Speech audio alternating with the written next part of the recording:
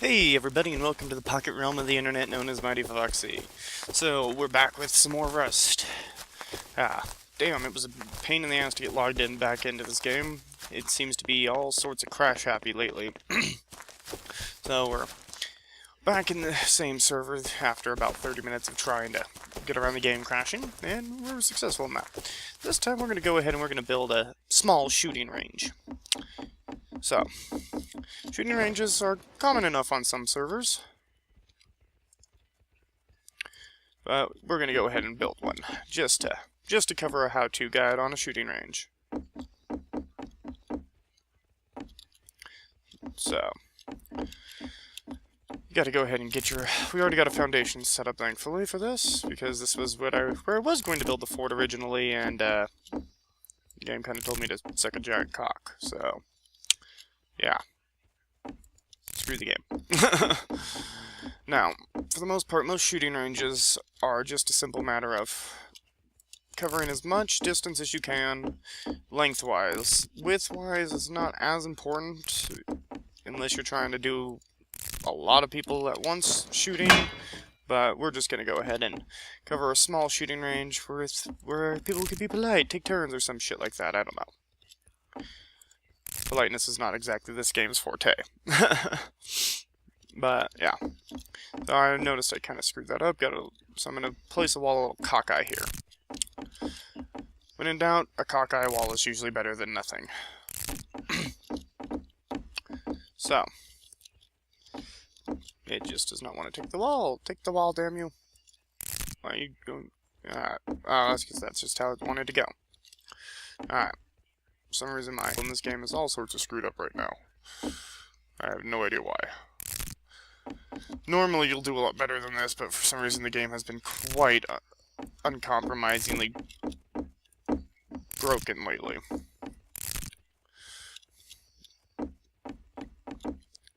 We're just going to go ahead and get this all situated, and we'll be back in just a minute once I've got all these walls up and got them hammered into place. Okay? See you guys in a minute. Okay, everybody, we're back. So, we went ahead and made the two most common types of shooting ranges I've seen. One which utilizes windows. Now, sometimes they'll actually have someone that they let them store their stuff and have them literally stand in a spot to be used as a target. Other times, they'll use a lantern. So, for this purpose, we're going to use a lantern. Now, I've got gunpowder and lanterns making, so it's not quite ready yet. The other type is one that utilizes railings. You pop a lantern on the end of certain spots and try to aim for them. Or, once again, you use the human target version. Yeah. Either way, they work. As for why I don't have a top, I'm just not bothering to put a top on because it's just a waste of time for the current portion. I'm also not going to reinforce it. But, yes. As to why the sides are windows, because people like to watch. This type of one is typically, I've seen used a lot more for guns, while this one is a lot more common for archery. Because you don't have to worry about the wall. The window actually, arrows drop.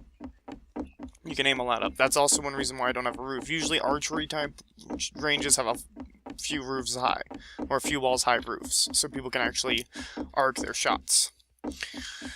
Alright, so once these lanterns are done, well actually I've got a couple ready, so I'll just go ahead and place a couple here. So we're going to go ahead and put one. Yeah. Dang it, thing is not cooperating.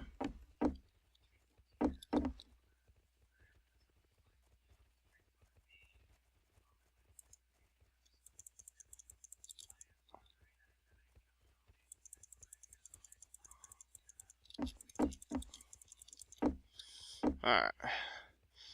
Sometimes these things don't like to cooperate, apparently. There we go. Don't get why that one decided to work there, but it's still a good target to make. Let's see if we can get another one over here. Not the hammer. The hammer down.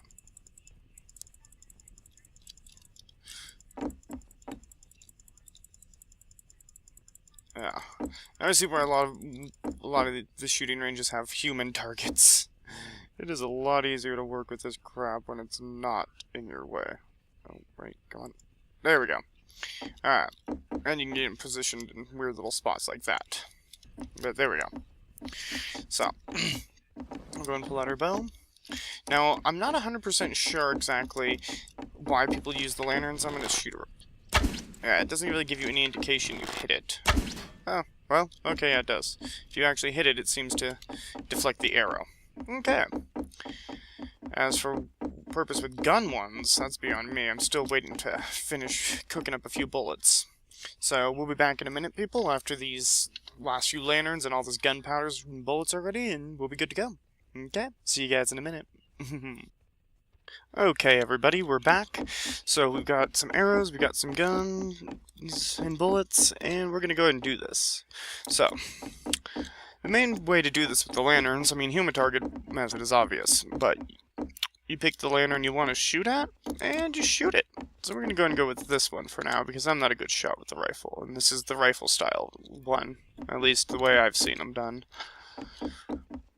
The shooting ranges were a lot more common on, in this before it became the official version. So, we're gonna go ahead and aim, and fire. And aim, and fire. Alright, so I can sort of see what it means. Alright, so, yeah, you can definitely see where you shot on a wall. Now, we're gonna see if we can see what happens if you hit a lantern. I thought I saw a spark when I hit it, but we'll see. Shoot it at close range. Alright, so it does make a pinging sound, which explains why a lot of times you have someone actually moderating these shooting range challenges, but... So that looks like it hit. Another more common way is shoot the top. Yeah, that's a good way to see if you can hit something. Now, for the bow one, the bow is a lot easier to tell where you've hit, because we'll just go ahead and we'll pick a nice far-off one. We'll pick this one.